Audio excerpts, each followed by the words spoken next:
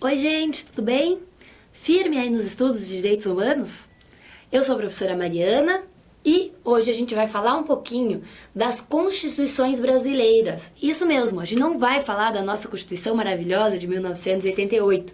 A gente vai falar dela também, mas a gente vai falar ao longo da história como aconteceu, quando que os direitos humanos começaram a aparecer aí, se eles algum dia perderam a validade, a existência em alguma Constituição, quando que eles voltaram, como que foi essa bagunça toda aí no nosso país ao longo da história.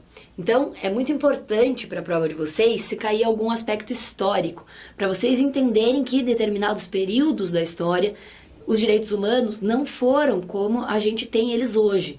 Então, às vezes só tinha um pouquinho, às vezes tinha um pouco mais, às vezes não tinha nada, aí volta um pouquinho, volta tudo, e aí a gente tem o que a gente tem hoje, que somente na nossa Constituição de 1988 é que a gente tem os direitos humanos como cláusulas pétreas, tá? Que a gente não pode ter nada que revogue eles. Então eles são uma construção, uma conquista e nada pode derrubá-los. Por isso que a gente fala que são pedras, né? Que são as cláusulas pétreas, ok? Mas nem sempre foi assim. Então essa aula é bem importante para você entender aí na sua cabecinha como que isso aconteceu ao longo do tempo. Vamos começar.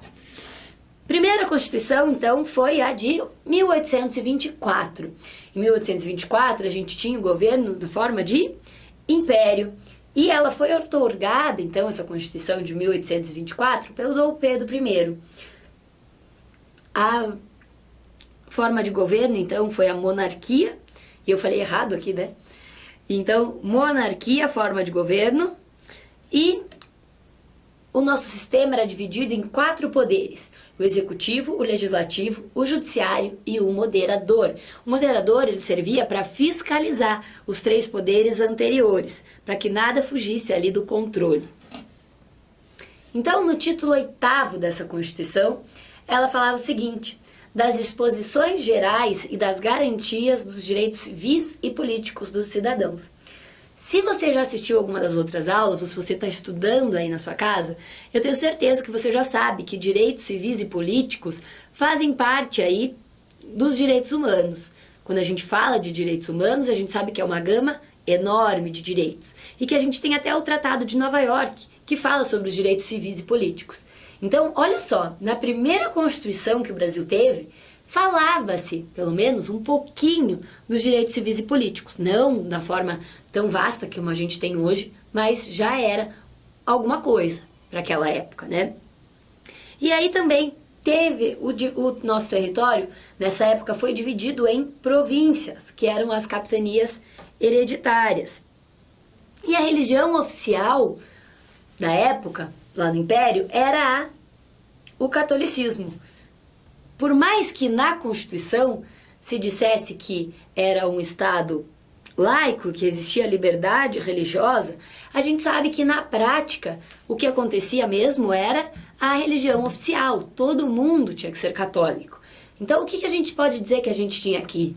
A gente tinha uma liberdade de religião formal. Lá na Constituição estava escrito isso. Mas na vida real, na prática, de fato, a gente não tinha essa liberdade religiosa. Então a gente tinha uma liberdade religiosa formal, mas não tinha uma liberdade religiosa material. Ok? É isso que eu quero que vocês gravem na primeira Constituição de todas aqui. Que a gente tinha direitos civis e políticos no título da Constituição e que ela trazia a liberdade religiosa de modo formal. A Constituição de 1891, ela tem um asterisco aqui. Por quê? Porque ela trouxe para nós o habeas corpus. Então, olha que importante essa Constituição. Habeas corpus. O presidente, na época, era o Marechal Deodoro, e ela chamava Constituição da República dos Estados Unidos do Brasil. Cada província virou um Estado-membro. E nasceu o Estado Federal Brasileiro, por isso os Estados Unidos do Brasil. E a forma de governo aqui era a República. Existiam 3 poderes, que era o Judiciário, Executivo e Legislativo, e essa doutrina tripartite de Montesquieu, então, ela acabou com o poder moderador. Não existia mais o poder moderador, só os outros 3. E como a gente tinha a república, a gente tinha o presidencialismo, que era o voto direto do povo. Então, aqui ó, tá tudo bem. A gente ganhou mais um direito, que era o habeas corpus, ok? A liberdade de locomoção. Mas, em 1934, com Getúlio Vargas, começa aqui o meu macete para você. Então, quando eu falar que a Constituição é do bem, é que ela trouxe direitos humanos, ou pelo menos que ela continuou trazendo os direitos humanos da Constituição anterior. Mas, eu vou dizer algumas vezes aqui para você que a Constituição era do mal, que ela tirou direitos humanos, que ela não proporcionou esses direitos que antes eram garantidos, mais para o cidadão, ok? Então, o presidente de 1934 era o Getúlio Vargas.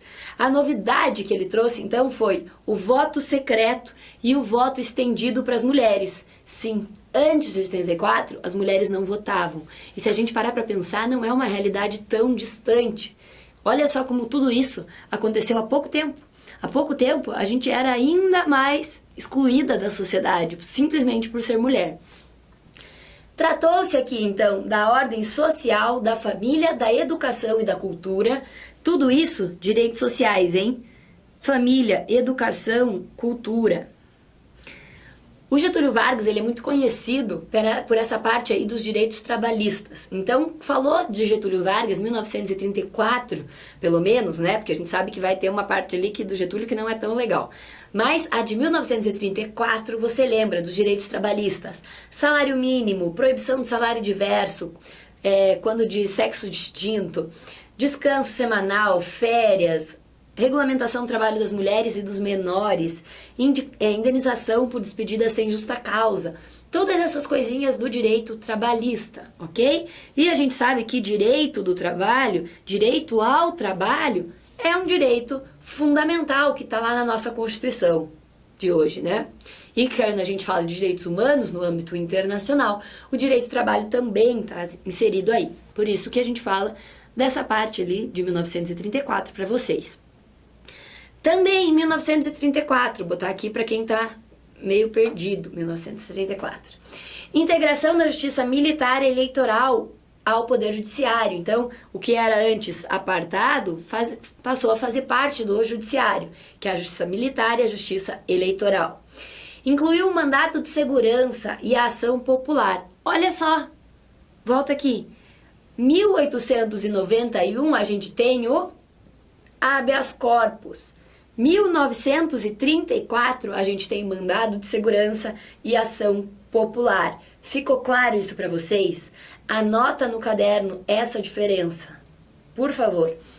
Inspirada na Constituição de Weimar, a nossa Constituição de 1934, ela adotou capítulos referentes à ordem econômica, social, à família, à educação e à cultura. Então eu já tinha falado isso aqui para vocês, né?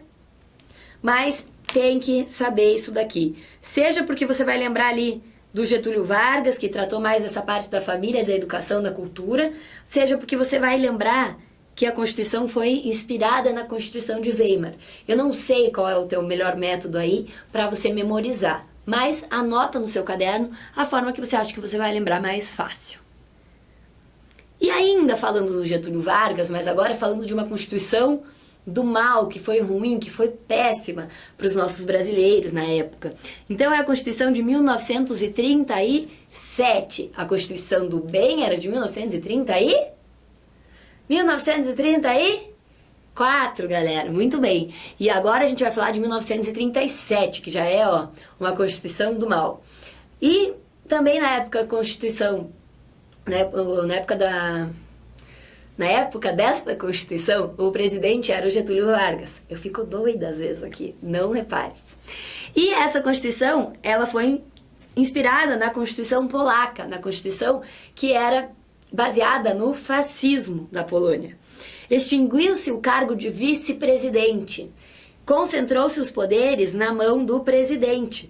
Então, olha só, o executivo e o legislativo agora eram atuados ali, geridos pelo presidente da República. Ninguém mais tinha o que falar. E suspendeu-se o mandado de segurança e a ação popular. Tudo que a gente ganhou ali, ó, de prerrogativa constitucional em 1934, a de 1937 suspendeu. Não tinha mais mandado de segurança e não tinha mais ação popular. Mas isso mudou em 1946, que foi a nossa Constituição do Bem, que foi a época que o presidente Dutra estava aqui comandando o nosso estado. Então, restaurou-se a autonomia dos estados, manteve-se alguns benefícios da Constituição de 34. Olha só, a de 37 era do mal, mas a de 34 era do bem. Então, a de 46, que também é do bem, vai buscar na outra Constituição do Bem as coisas legais que ela trouxe para continuar acontecendo da mesma forma. Criou-se novamente o cargo de vice-presidente, instituiu-se plano dos direitos políticos de igualdade entre homens e mulheres e instituiu novamente o mandado de segurança e a ação popular. Mas, em 1967, veio outra Constituição do Mal. Então, presta atenção, do bem, do mal, do bem, do mal. E essa daqui é do mal por quê? Por causa do ato institucional número 4, na época da ditadura. Então, época de ditadura, sempre Constituição do mal. Não esquece desse macete. Então, na época quem presidia era o Marechal Costa e Silva. Foi a fase mais dura, foi a pior época da repressão por causa da ditadura. E a preocupação essencial era a segurança nacional. Reduziu-se completamente a autonomia das pessoas. Ninguém mais podia fazer o que bem entendesse. Tudo tinha que ser baseado no que o Estado queria. E suspendeu-se todos os direitos e garantias constitucional. 1969, a gente continuou do mal. Então, do bem, do mal, do bem, do mal, do mal. E aí a gente vai lá, continua na ditadura. Quem era o presidente? O Médici. Incorporou-se o ato institucional número 5. Se for mais fácil para você gravar, ato institucional número 4, número 5, Constituições do Mal. Foi semelhante à Constituição anterior e também concentrou-se os poderes na mão do presidente. Houve forte violação aos direitos humanos nessa época, cometidas pelos estados e pelos guerrilheiros. Então, olha só, até aqui, antes da gente chegar, na verdade, né, em 1969, a gente tinha os direitos humanos retirados da Constituição. Mas em 1969, que foi a pior época de todas, a gente tem a violação dos direitos humanos. Não é que não tinha mais direito. Além de não ter o direito, você tinha o seu direito violado. Olha a preocupação disso tudo. Então, essa daqui tem que saber, ok? Porque além de não ter os direitos, você tinha a sua integridade, aí toda a sua segurança, vida, liberdade, saúde, tudo violado, ok?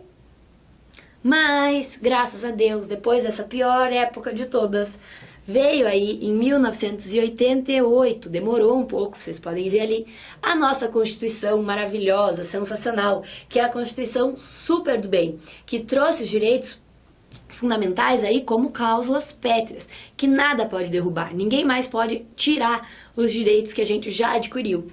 Então, ela é chamada de Constituição Cidadã, instituiu o Estado Democrático de Direito, limitou o poder do Estado. Opa, Estado, você não pode mais fazer tudo o que você pensa. Você tem o dever de garantir os direitos fundamentais a todos que estão aqui dentro do seu território.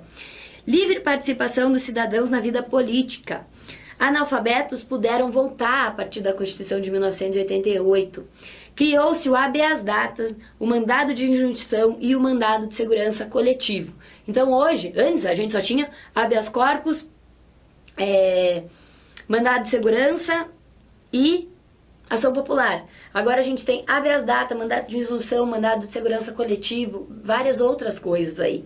E acabou-se com a censura dos meios de comunicação, que na época da ditadura a gente sabe que muita coisa era proibida. E houve também a adesão a vários tratados de direitos humanos pelo Brasil.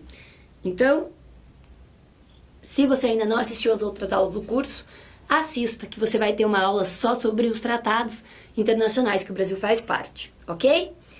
Boa prova para vocês! Se vocês quiserem conversar comigo, tanto pelo Facebook quanto pelo Instagram, como Prof. Mariana Moreira Neves. Bons estudos, gente, por hoje é só.